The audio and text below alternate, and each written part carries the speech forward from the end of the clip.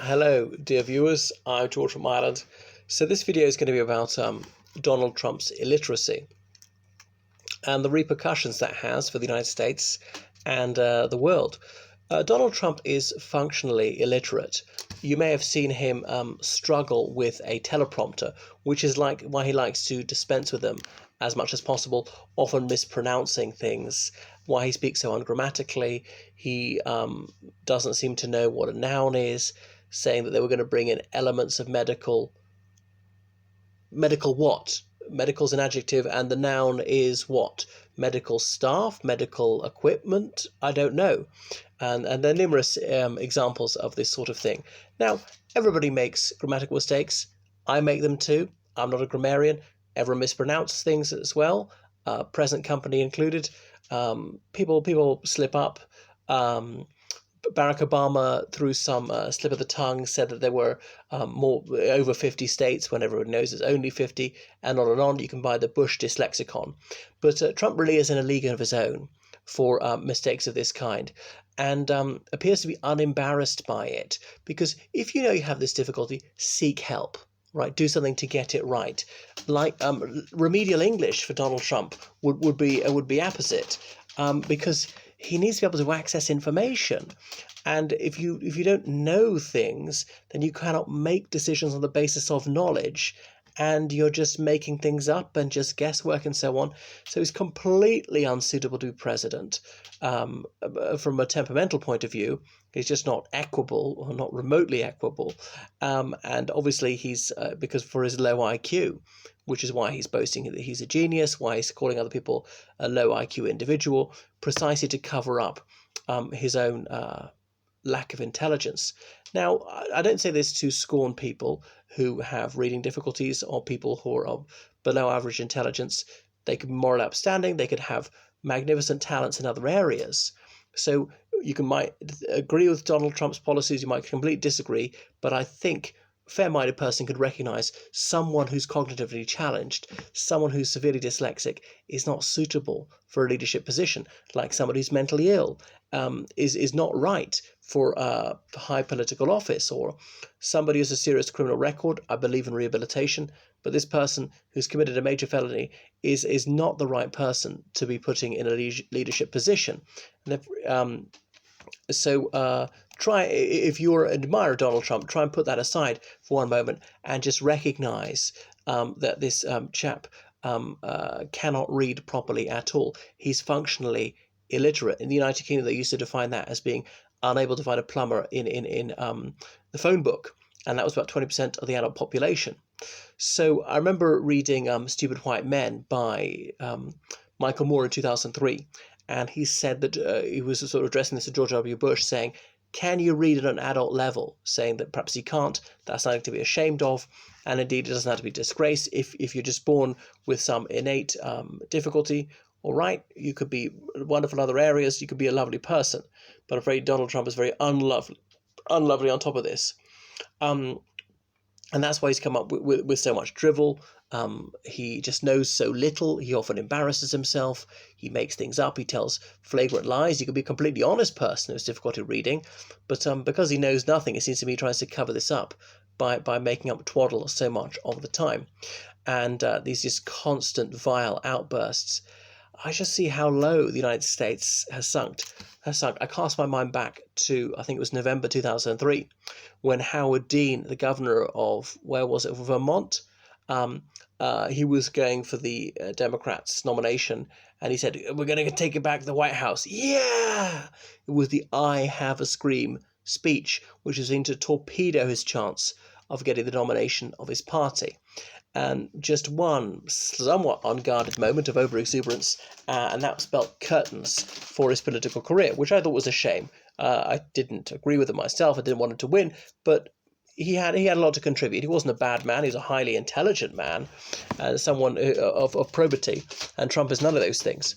So, and then Trump, well, has he suffered a miseducation in all his misapprehensions? Where do they come from? Does he believe anything he says? I think he believes a few things he says. Perhaps some of the times he knows he's lying. Other times he might actually be able to trick himself into believing this drivel. It's a lot of double think. Everyone's capable of double think. I like to think I'm not, but maybe I'm deluding myself on that one too. That on one level knowing it's bogus, on another level still believing it, or as George Orwell said, holding two completely contradictory ideas in your head at the same time, believing in both equally fervently. Anyway, so it seems to me that Donald Trump, well, he's clearly educationally challenged.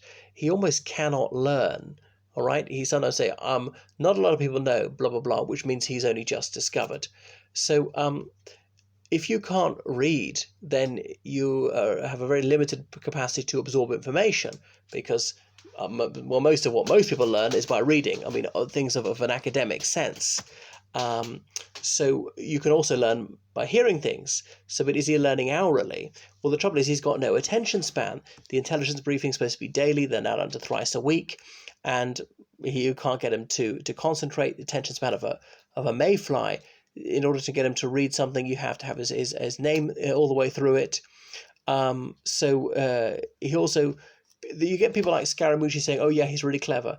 How? Clever how? Emotional intelligence, which is why he's so grossly insulting to people, why he's so easy to manipulate, can be played like a fiddle by just praising him effusively and demanding this abject sycophancy. If someone is praising me unduly, I'm immediately on my guard. I'm suspicious. What do you want out of me? You know, it's such a low and blatant psychological trick. I'm not going to fall for that. But he's someone whose self-esteem is so brittle that he's very easy to exploit like that, susceptible to all these primitive psychological tricks. Is he clever mathematically? I've seen no evidence of that. Why he just makes up numbers. I recall hearing him speaking about unemployment in the Obama era, saying, I think it was officially 5%, saying no, it's 10%, no, it's 20%, some people say it's 30%, some people say up to 40%, and just making the numbers and hiking them up and up and up without any evidential basis whatsoever, not citing any sources. It was infuriating, just yet more absolutely flagrant lying, and yet swallowed by tens of millions of Republican voters who believe that outright deceit is acceptable, fabricating figures, that makes you a good president. It's staggering, and it's so dispiriting that this obloquy behavior meets with the approval of a large swathe of the American populace. So people need to know what the truth is, at least accept the very concept of truth, and the Trump administration has been pursuing a relentless and implacable war on truth. And then when you know what the facts are, you can weigh the pros and cons of making various decisions. When you don't know things, acknowledge you don't know things. When things are only possible or probable, say that. Try and figure out likelihood to put your preconceptions aside. Be willing to question your bedrock beliefs. We need emotional sobriety, but he's so often emoting and not thinking. Just an unemotional decision making. That's the way to go forward. And I know it's difficult. I'm sentimental too. I have attachments to things, and it hurts to realize that I'm wrong, or something I was brought up to venerate turns out to be bad. So he so often opines without any evidential basis for his opinions. You need to know something so that you can form opinions on that basis. Otherwise, it's just prejudice. That's just judging before you know things. And perhaps this is why he believes in so many zombie lies. And this comes back to coronavirus. These are lies which you really have had a wooden stake through the heart, but will not die.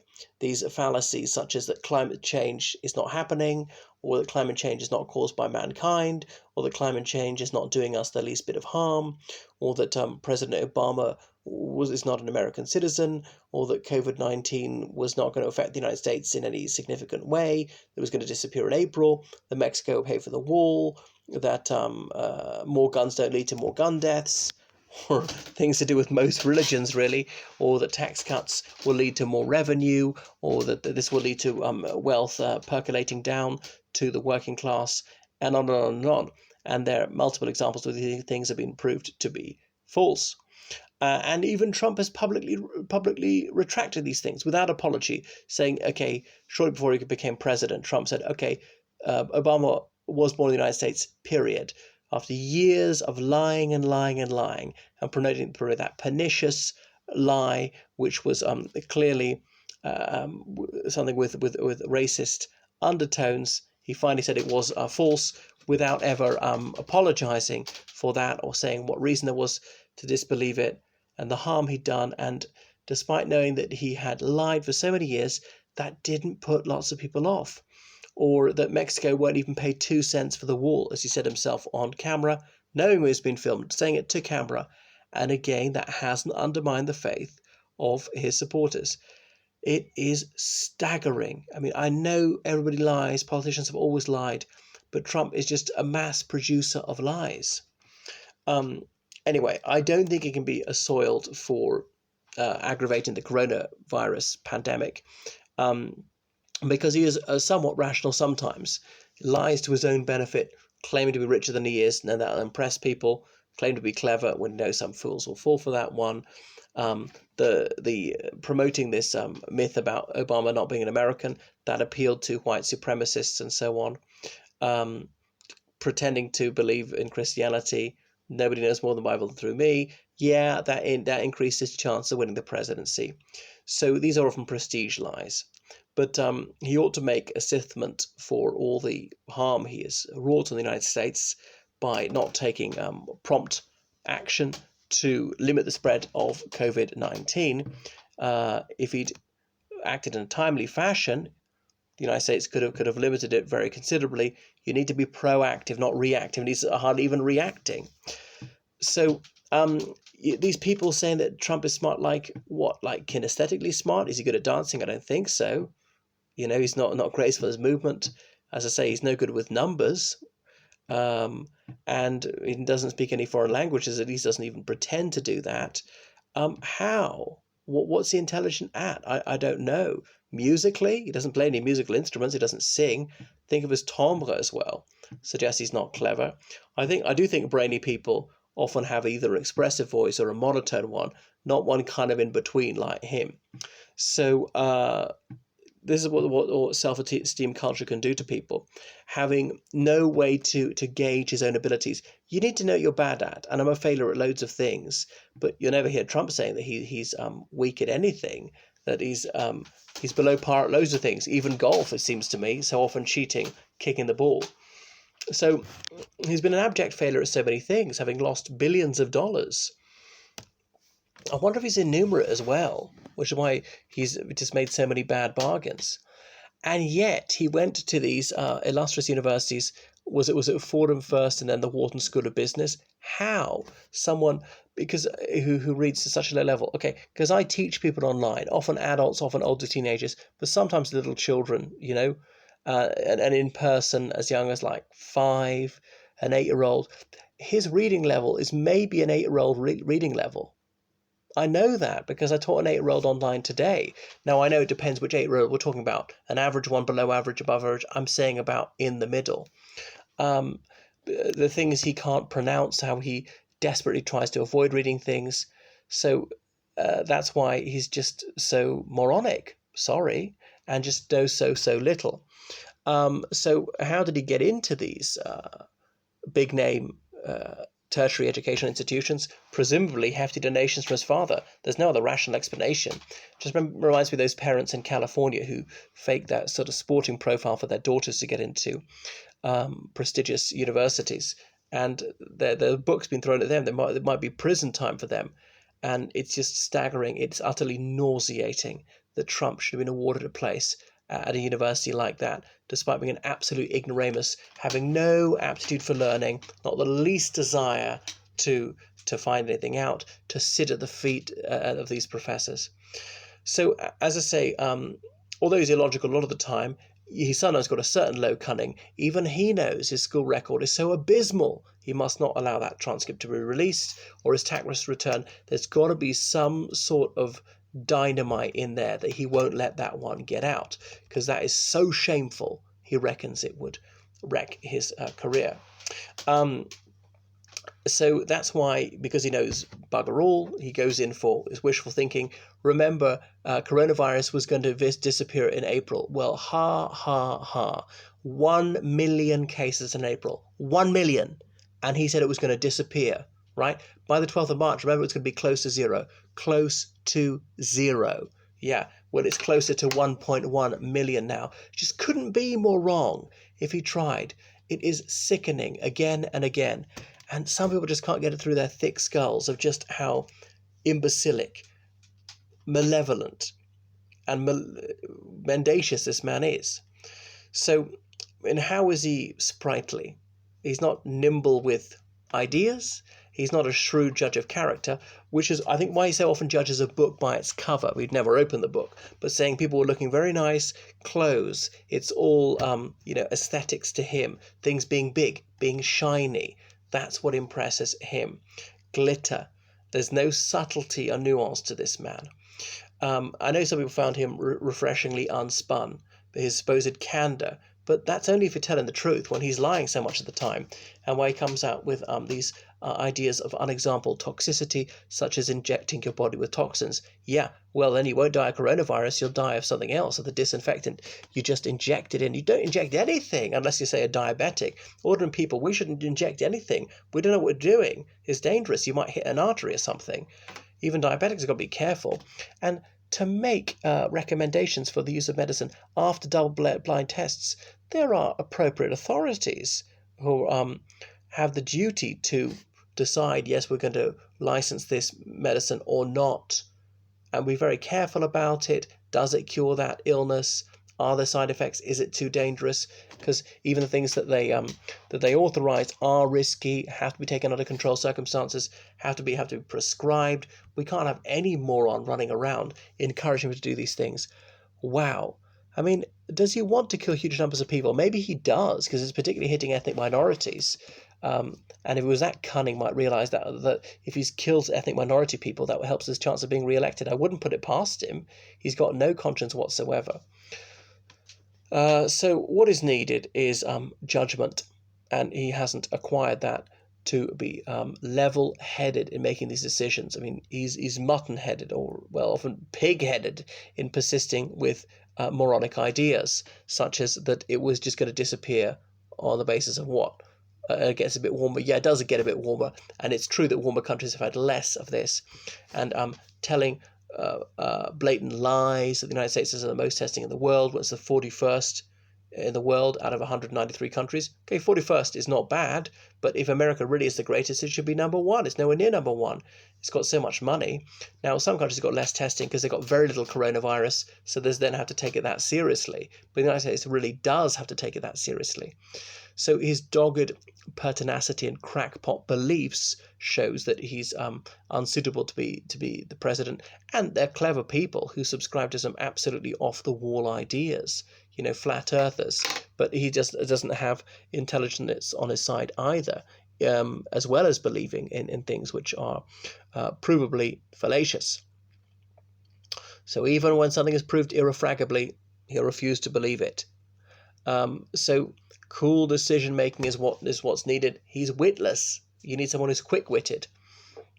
He loses his head so quickly when he feels slighted, because deep down, maybe even he realizes that he is a fool. So, if only he was a harmless clown, but he's not. But he has his finger on the nuclear trigger.